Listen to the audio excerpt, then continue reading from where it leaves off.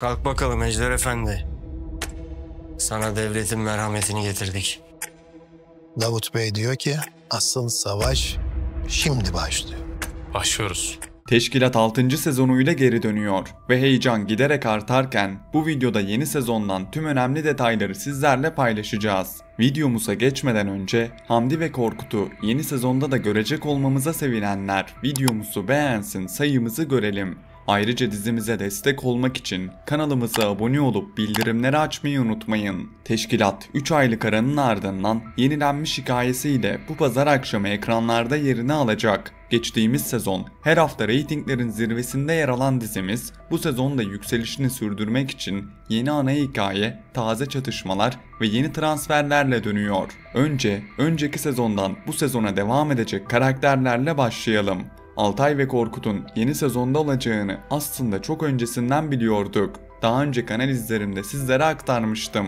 Uzay ve Nazlı'yı yeniden görmek de kimseyi şaşırtmadı. Burada en belirsiz isim Hamdi karakteriydi. Hamdi'nin dizi evrenindeki rolünün ciddiyetini, kurulacak yeni ekibin kilit parçalarından biri olacağını sık sık söylemiştim. Nitekim yeni sezon tanıtımında Hamdi'yi Korkut'la birlikte operasyon sahasında gördük. Bu ekibin saha kapasitesinin ve taktik çeşitliliğinin genişleyeceğinin ipucu. Hamdi'nin soğukkanlılığı ile Korkut'un sezgileri birleşince yüksek riskli görevlerde değerli bir denge oluşacak. Tanıtımda beni asıl şaşırtan isim ise Ejder oldu. Geçtiğimiz sezon Ejder'in hikayesi tamamlanmış, Altay ve Korkut onun canını bağışlamıştı. Ejder hapishanedeyken Korkut ve Hamdi onu ziyaret ediyor ve devletin merhametini getirdiklerini söylüyorlar. Bu cümle yeni sezonun tonunu da belirliyor. Düşmanı dönüştürmek, tehditten fayda üretmek. Muhtemelen Ejder, kuralları esnetebilen, gri bölgelerde işe yarayan bir dış destek olacak. Onu ana düşman olarak görmek yerine Korkut ve Hamdi ile gerilimli yan sahnelerde daha verimli olur. Böylece dizi örgütsel çatışmanın yanında karakterler arasındaki o ince psikolojik oyunları da büyütebilir.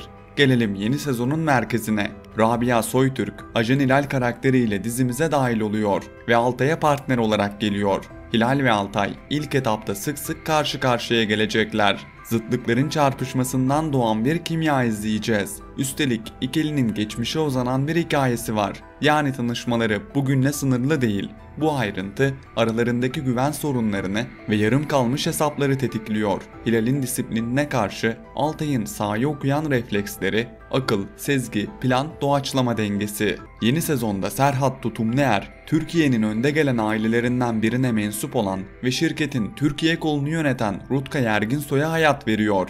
Rutkay, vaat edilmiş topraklar fantezisiyle kendi kurduğu karanlık düzenin taşlarını tek tek yerine koymaya çalışıyor. Oğlu Harun'u Samet Safa Sökmen canlandırıyor. Harun, babasının seçilmiş soy saplantısına uygun bir mirasçı değil. İkinci eş Suzan Erginsoy'u ise Asena Girişken canlandırıyor. Suzan görünürde sadık ve itaatkar, ancak büyük hedefi Erginsoy servetini ele geçirmek. Bu aile içi gerilim, kişisel çıkar ve ihanet eksenini güçlendiriyor. Ajan Hilal sezon başında Rutkay'ın yanında pozisyon alacak ve teşkilat ekibine kritik bilgiler aktaracak. Bu sayede içeriden sızma ve kontrollü bilgi akışı gibi modern taktiklerin yansımalarını göreceğiz. Ancak asıl resim daha büyük. Teşkilat ekibi yalnızca Rutkay ile mücadele etmiyor. Onun emir aldığı daha karanlık, daha iyi gizlenen bir yapı var. Geçtiğimiz analizlerde şirket hikayesinin yeniden döneceğini söylemiştim. Nitekim o damar sezona güçlü bir geri dönüş yapıyor. Görünmeyen bir beyin ve onun zincirini koparan bir ekip izleyeceğiz. Ana düşman bu sezon Rutkay gibi görünse de hikayesinin sezon boyu sürmeyebileceği, final veya orta perdede daha üst aklın yüzeye çıkacağı da kuvvetle muhtemel. Bu üst aklın masadaki sözcüsü olarak karşımıza Theodor çıkıyor. Örgüt toplantılarında masayı yöneten Davut adlı gizemli kötü adına konuşan bir figür. Theodor'u Murat Parasayar canlandırıyor. Rutkay'ın işbirliği yaptığı adamlardan dizleri ise Bülent Polat canlandıracak. Davut'un bizzat görünmeyip planları dışarıdan yürütmesi sezon içinde bir gizem çekirdeği yaratacak. Teşkilat ekibi ara katmanlardaki tüm figürleri tek tek etkisiz hale getirirken asıl beyinle yüzleşmeyi sezonun ileri safhalarına bırakarak gerilimi diri tutacak. Her bölümde çözülen mini dosyalarla büyük resme adım adım yaklaşacağız. Kadroya dahil olan iyi karakterler de en az kötüler kadar dikkat çekici. Erkan Bektaş, teşkilatın yeni başkanı Cevher olarak geliyor. Cevher'in eşi Hayat'ı Yeliz Şar canlandırırken kızları Bahar'a Buğçe Buse kahraman hayat veriyor.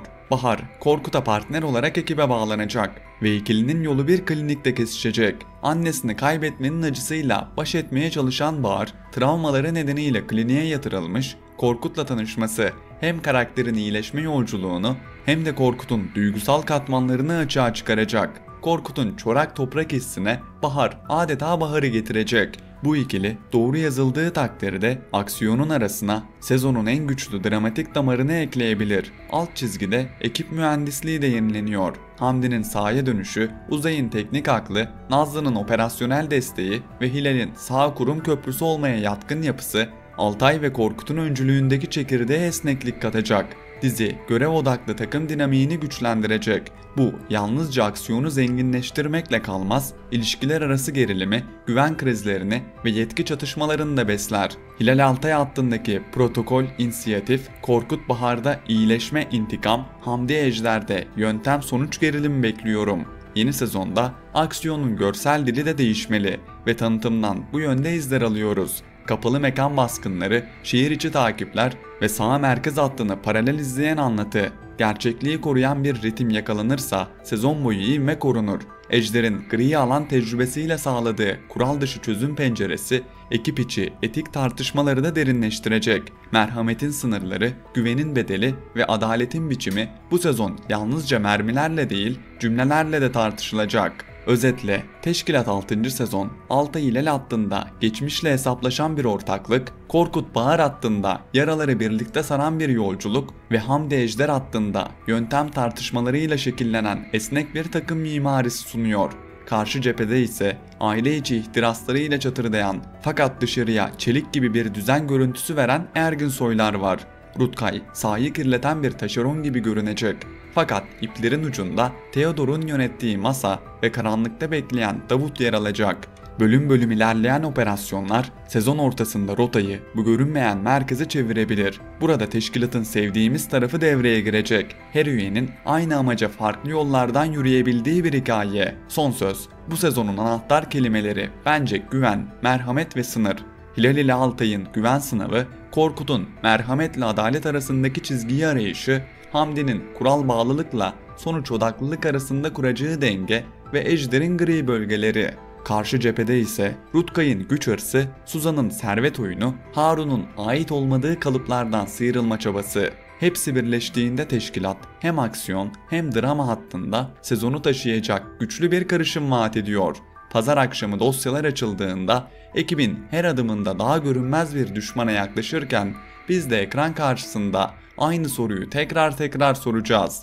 Hedefe giden yolda hangi çizgiler aşılacak, hangileri korunacak ve en önemlisi o görünmeyen karanlık yapı nihayet gün yüzüne çıktığında ekipten kimler hala ayakta kalacak?